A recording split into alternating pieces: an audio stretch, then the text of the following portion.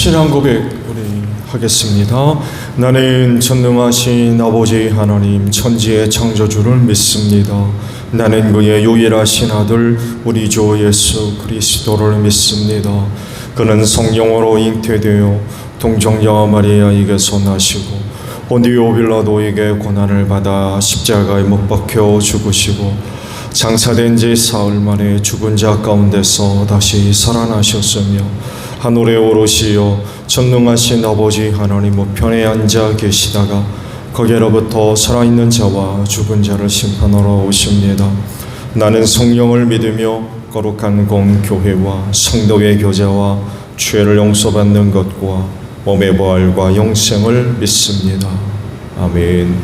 445장 부르시죠.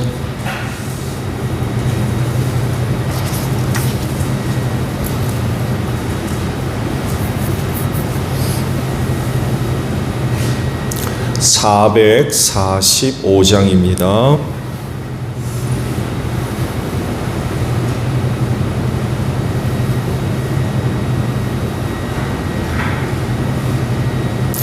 태산을 넘어 험곡에 가도 빛 가운데로 걸어가면 주께서 항상 지키시기로 약속한 말씀 변치한데 하늘의 영광 하늘의 영광 나의 맘속에 차고도 넘쳐 할렐루야를 힘차게 불러 영원히 주를 찬양하리. 캄캄한 밤에 다닐지라도 주께서 나의 길 되시고 나에게 밝은 빛이 되시니 길 잃어버릴 염려 없네. 하늘의 영광 하늘의 영광 나의 맘속에 차고도 넘쳐 할렐루야를 힘차게 불러 영원히 주를 찬양하리. 광명한 그 빛 마음의 바다 찬란한 천국 바라보고 할렐루야를 힘차게 불러 날마다 빛에 걸어가리. 하늘의 영광 하늘의 영광 나의 맘속에 차고도 넘쳐 할렐루야를 힘차게 불러 영원히 주를 찬양하리. 사무엘상 13장 13절에서 마지막 절까지 보겠습니다.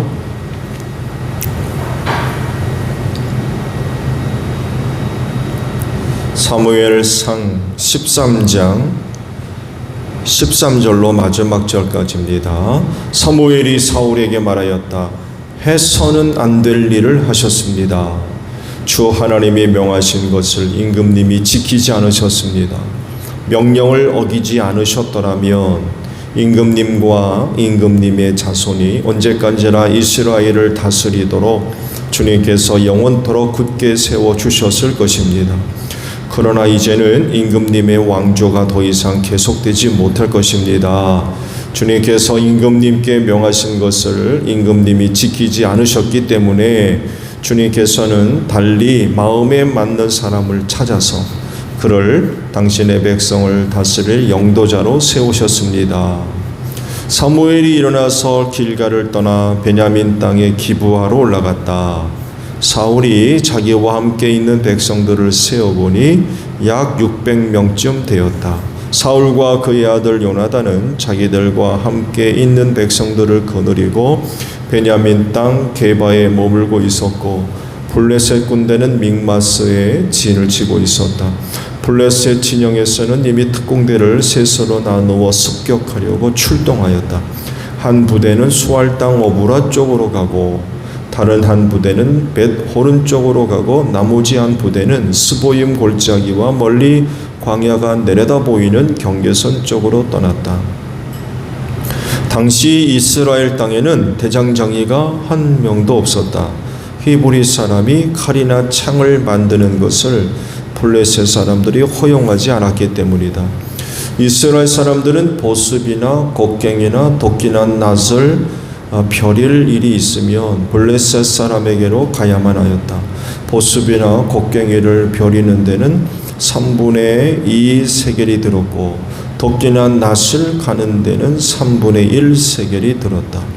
그래서 전쟁이 일어났을 때에 사울과 요나단을 따라 나선 모든 군인의 손에는 칼이나 창이 없었다.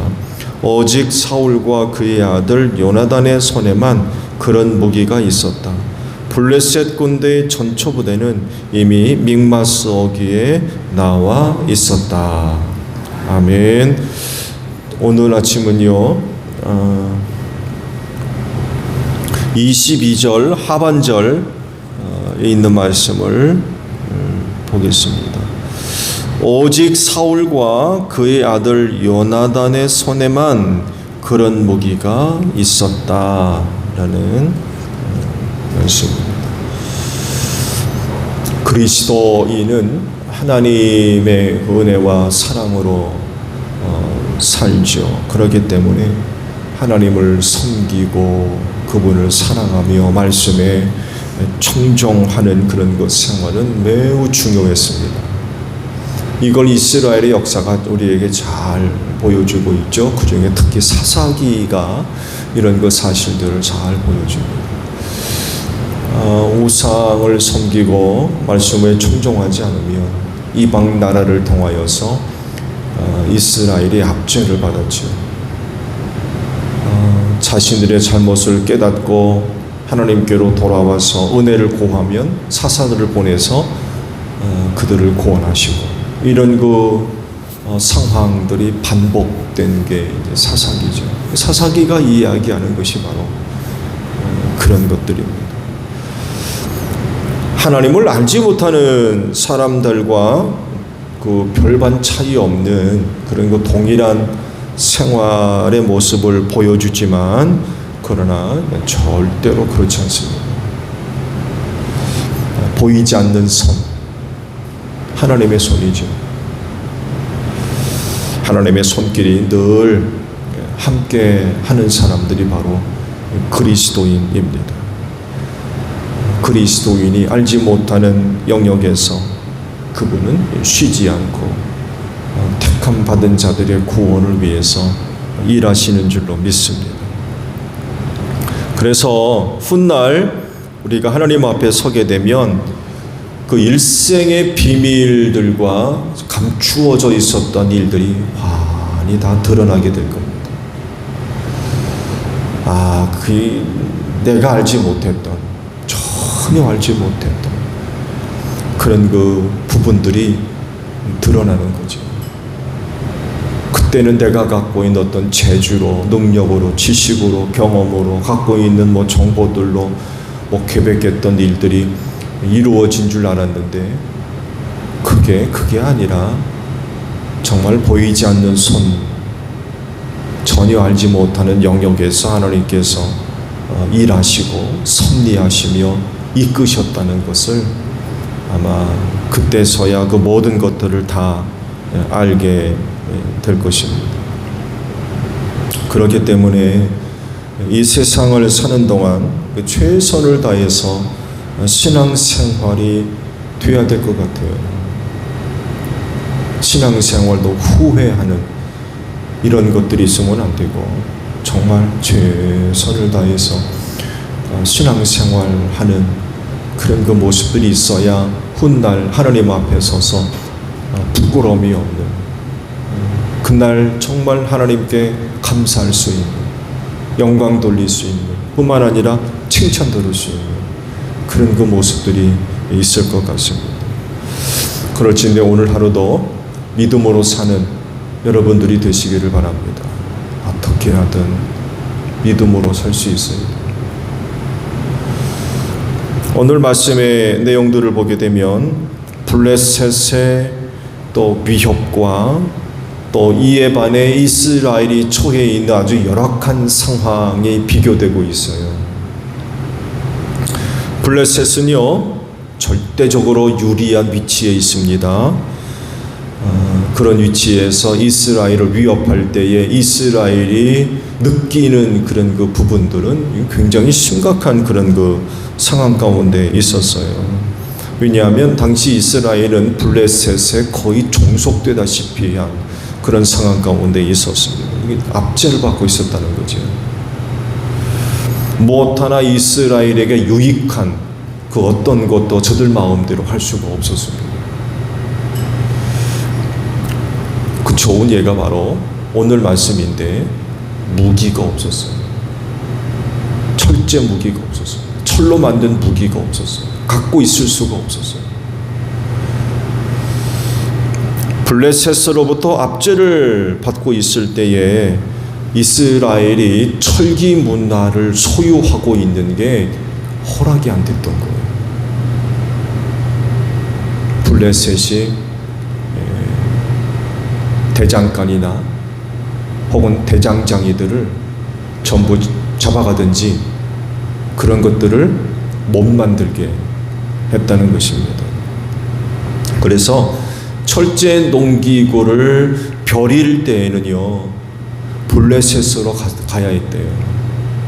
블레셋 땅으로 건너가서 날을 세우거나 필요한 작업을 할 수 있었다는 거예요. 이스라엘 내에는 철제 기구를 다룰 수 있는 그런 대장간이나 대장장이가 없었기 때문에 그래요. 블레셋이 허락을 안 한 거. 이런 상황을 잘 표현된 그런 그 말씀들이 있었어요. 기억을 하시는지 모르겠습니다만 종종 블레셋 수비대라는 말씀들이 언급되어 있었습니다. 블레셋 수비대. 그만큼 당시 블레셋과의 거리가 멀지 않았고요. 그들의 감시가 심했다는 것입니다. 직접적으로 블레셋으로부터 압제를 받는 이런 그 상태였기 때문에 그래요. 이런 상황에서 블레셋과의 전쟁은 이건 굉장히 감당하기 어려운 그런 거였습니다. 그 당시 상황이 어땠는지 오늘 그 짤막한 말씀 속에 다 드러나요. 철로 만든 칼, 철제 무기는 사울과 요나단 이외에는 아무도 갖고 있지를 않았대요. 최고의 무기가 동이에요. 동으로 만든 무기. 동과 철이 대결이 됩니까? 대결이 안 돼요. 청동기 문화 다음에 철기 문화 아니에요. 동으로 만든 무기 아무리 잘 만들어도요, 철과 부딪히면 부러지든지 휘어지든지 이빨 다 나갑니다. 그러니까 전쟁 자체가 되지를 않아요. 무기다운 무기는 사울과 요나단 이외에는 갖고 있지를 않았대요. 그러니 그 전쟁이 어떻게 되겠어요? 하나만 하죠. 그리고 블레셋과 전쟁하려고 모였었는데 사무엘이 약속한 날에 안 오네. 오기는 왔죠. 늦게 왔을 뿐이지 그때를 기다리지 못했던 거죠. 그러자 백성들이 뿔뿔이 흩어지고 오늘 말씀 보세요. 몇 명이 남아요? 600명이 남았대요. 다 도망가고. 그러니 무슨 전쟁을 합니까? 아주 절박한 위기 가운데 사울이 놓여져 있었던 거죠. 자, 이런 상황에서 그들이 할 수 있는 일이 뭐예요?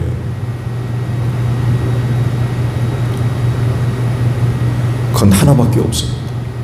하나님의 도우심밖에 없어요. 그래서 사무엘이 내가 길갈로 내려가서 제사할 테니까 일주일을 기다리라고 한 이유가 바로 여기 있어요. 왜 제사 드려요? 하나님의 도우심이 필요했기 때문에 그래요. 이것밖에 없었어요.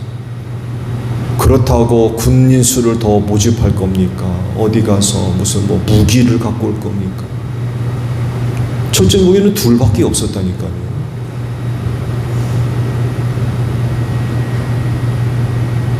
근데 철기 문화를 소유하고 있는 건 블레셋이고, 그래서 말씀드렸죠.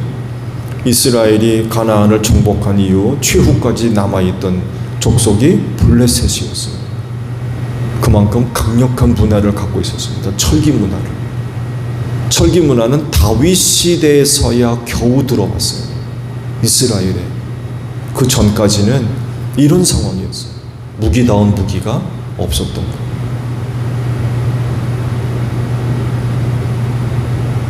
이런 상황 가운데 저들에게 필요한 건 사실 많은 군인이나 잘 훈련된 군인이나 훌륭한 무기들이 아니라 하나님의 도우심이었어요. 그래서 사무엘이 제사하겠노라고 일주일을 기다리라고 했던 이유가 바로 여기에 있습니다. 그런데 그만 사울이 그 제사를 가로챘던 거죠.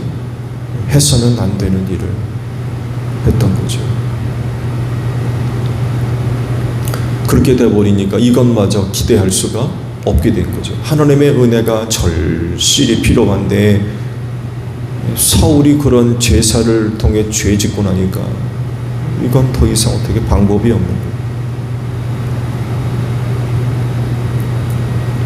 그래서 그리스도인의 삶에서 이런 하나님께 드리는 제사가 필요해요. 하나님의 은혜를 구할 필요가 있다는 거죠. 여러분, 오늘도 여러분의 삶이 하나님께 제사하는 그런 삶이 되시기를 바랍니다. 하나님의 은혜가 너무나 필요한 거예요. 어떤 것도 기대할 수 없는 상황 속에서 하나님은 마지막 기대예요. 마지막 기대. 하나님밖에 없어요. 그리고 확실한 최고의 기회이기도 합니다. 사람에게는 불가능이 있지만 하나님에게는 없는 줄로 믿습니다. 모든 것이 가능할 뿐이에요. 그래서 하나님은 최고의 기대입니다. 그래서 그분께 드릴 예배가 필요한 거예요. 은혜가 있어야 되기 때문에. 앞서 말씀드렸죠. 내 힘 갖고 되는 거 아닙니다. 나의 훌륭한 계획, 준비, 능력, 천만의 말씀이에요.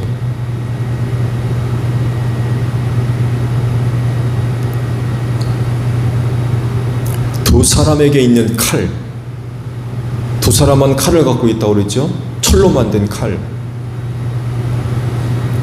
이 칼로 뭘 하겠습니까? 여러분 손에 칼 들려 있다고 자신만만해하지 마십시오. 그 칼로 우리는 아무것도 못해요. 근데 어떤 사람들은 착각하죠? 칼 들고 있다고. 다른 사람에게는 없는 최고의 무기. 다른 사람들은 다 청동기 칼, 동으로 만든 칼을 다 갖고 있지만 나는 쇠로 만든 칼을 갖고 있어요. 자신만만해하고 아주 착각하지 마세요. 여러분이 들고 있는 칼, 철로 만든 칼, 그거 아무것도 아닙니다. 자칫하면 여러분 스스로를 착각하게 만들어요. 이 칼로 못할 게 없다는 거죠. 못할 게 없다. 근데 그건 착각하게 만들어요. 내 손에 칼, 철로 만든 칼을 갖고 당대 최고의 무기를 갖고 있다 해가지고 뭐든지 다 할 수 있는 줄로 아는, 교만하게 만드는 거죠. 착각하게 만들고. 조심해야 돼요. 그거 우리가 아무리 탁월한 무기를 갖고 있어도요, 하나님의 도움이 절실합니다. 하나님이 허락하지 않으면 우리는 어떤 것도 얻을 수 없어요.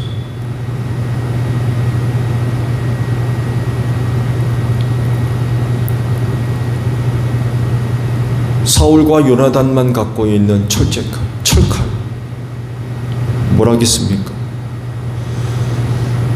이런 상황 가운데 하나님의 도우심이 없이는 승리할 수 없는 거죠. 그 사무엘이 그래서 제사하러 가겠노라고 했던 거예요.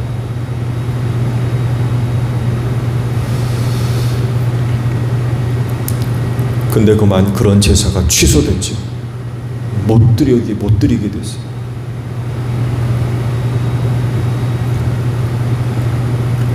그렇기 때문에 하나님의 도우심과 그 은혜를 고하는 제사가 늘 드려져야 돼요. 칼을 들고 있지만, 철칼을 들고 있지만 내려놓고 하나님께로 나아가야 됩니다.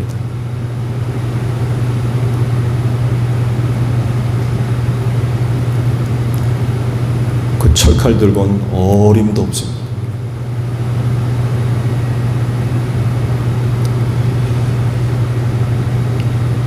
철칼 들고는 어림도 없는 그런 상황 속에서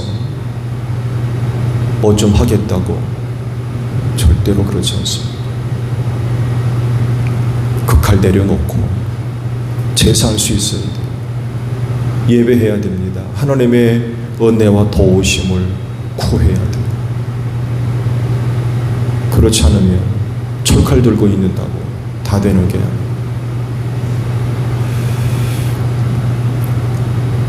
우리가 처해 있는 상황이나 여건들이 참 불리하게 돌아가면서 절박한 상황 가운데로 우리를 몰아넣을 수 있습니다. 그렇다 할지라도 그런 그 상황 속에서 절망하고 낙심할 것이 아니라 하나님의 은혜를 고하는 여러분들이 되시기를 바랍니다. 철칼 내려놓으세요. 그리고 먼저 하나님께로 나아가서 은혜를 구하시기 바랍니다. 그 하나님의 도우심이 있어야 비로소 그 무기를 통해서 하나님의 놀라운 그런 그 능력의 역사가 나타날 수 있어요.